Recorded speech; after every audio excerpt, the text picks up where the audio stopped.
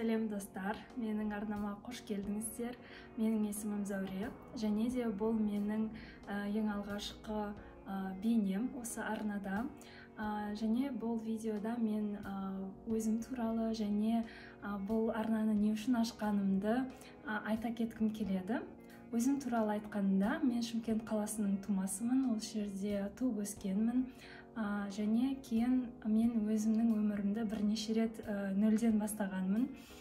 Айта кеткенде, мен Алматыда оқып, жұмыс істегеннен кейін Эстонияға магистратура оқуға көштім. Ол жерде жұмыс та істедім. Кейін Эстониядан Швецияға көшіп кеттім. Ол жерде мен күйеуге шықтым, және қазір де мен уақытша Қазақстанға оралдым. Ол туралы мен бөлек бір бейне түсіремін. Осы арнада мен өзімнің өмірім туралы, қиыншылықтар туралы, өмірдің мүмкін бақытты сәттері туралы, өзім өмір туралы ойларым, өмірді қалай саналы түрде өмір сүру керек екенін, менің бір арманым адамдар осы әлемде саналы өмір сүрсе екен деген арман. Өйткені адам саналы түрде өмір сүрсе, әр өзінің қадамын ойлап, іс-әрекет жасайтын болады. Және де бірдеңе істер алдында бұл мен осылай істесем, ол қандай нәтиже алып келеді, ол қалай менің және басқалардың өміріне әсер етеді деген сұрақтарға жауап беріп, саналы түрде өмір сүрсе қандай керемет болар еді. Мен осы арнада және Швецияда, шетелдік өмір туралы айтқым келеді.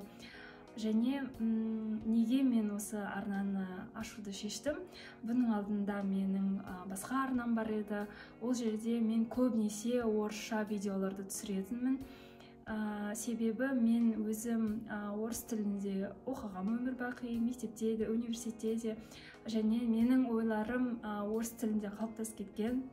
Қазақ тілінде менің сөз қорым онша бай емес десем болады.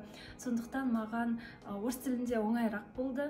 Бірақтан мен өзім іштей қазақы дағдарысты сезе бастадым. Әлі де мен оны өтіп жатырмын деп ойлаймын. Сосын қазақ тілін мәселесі мені қатты мазалай бастады. Өзімнің қазақ тілімді дами бастадым. Өйткені менің қазақ тілім сөйлегенде жай ғана тұрмыстық қазақ тіл десе болады. Бұлай қиын мәселелерге, қиын тақырыптарға, философиялық, рухани, ондай сөз қорым аз болғаннан кейін өзімнің қазақ тілімді сәл-сәл дамытып, өз тілімді қайтадан үйреніп десек болады, сөйтіп жүрмін. Және де мен қазақ тілінде контент шығарғым келетінін солай шештім.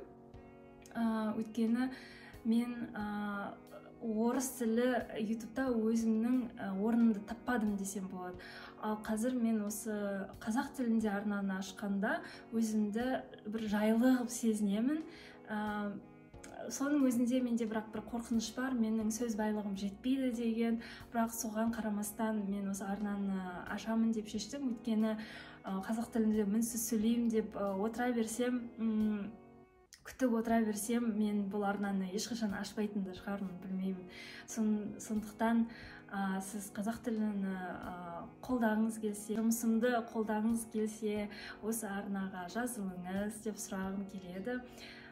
Сосын мен айта кеткім келген нәрсе басқа, ол тек қана осы қазақ тілді дамыту мәселе емес, бірақтан өзімнің өмірлік жолымды да көрсеткім келеді.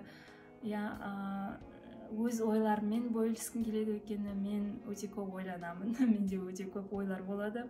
Және де сіздерге осы менің өмірім, ойларым қызық болса, менің арнама қош келдіңіздер. Және келесі видеоларда кездескенше сау болыңыздар.